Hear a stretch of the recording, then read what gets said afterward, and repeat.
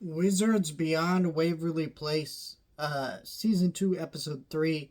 I am really enjoying that this episode shows that this season is a lot better than Season 1 in terms of just making a coherent narrative, but still being episodic. Like, if you watch these episodes as they aired on TV, um, you could watch any of these episodes in reruns, like most TV shows back in the day before streaming. But if you're binging them on streaming, episodes directly flow into each other. And it leads to a really great narrative building in this season that I'm seeing so far. Because episode 1 had a direct tie into episode 2, and episode 2 had a direct tie into episode 3. And 3 looks like it's going to have a direct tie into episode 4.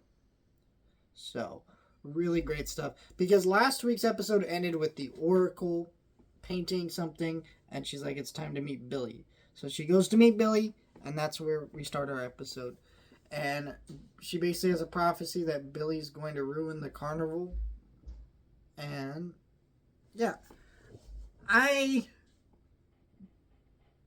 think that this is, a fine episode in terms of, like, that stuff, because we see that stuff in the original series. There's like episodes with Oracle type characters, and it's pretty much the same message, but it's still good. It sets up a lot of interesting possibilities for the end of the season.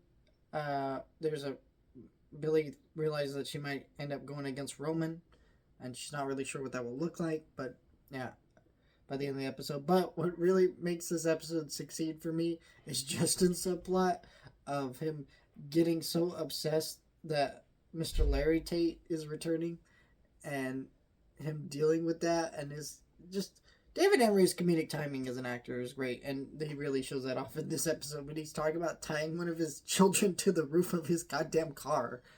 What the fuck, Justin? I thought you were a responsible parent.